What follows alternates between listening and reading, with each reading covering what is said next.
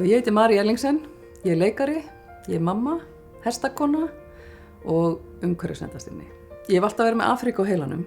Þegar ég var 6 ára þá lagði ég af stað út úr dyrunum heima hjá mig með lýsisflösku til þess að bjarga bara Afríku með lýsinu.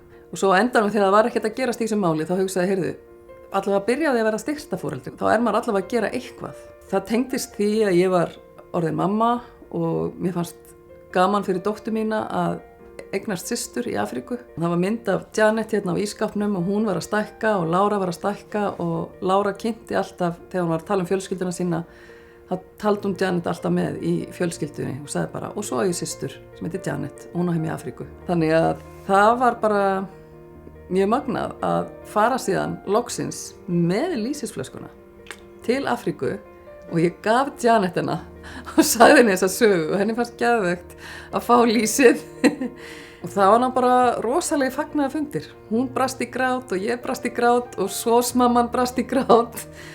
Að vera styrktarforeldri hjá SOS, að þá veit maður að maður er að fara inn í kerfi sem er óbúslega heilt, óbúslega sterkt og er að virka rosalega vel fyrir þau börn sem að þangað koma.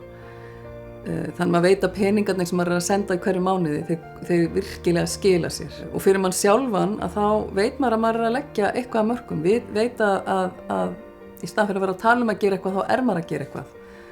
Og fyrir mín börn á þessu heimili að þá hefur það skipt alveg rosalega máli að eiga systur í Afríku.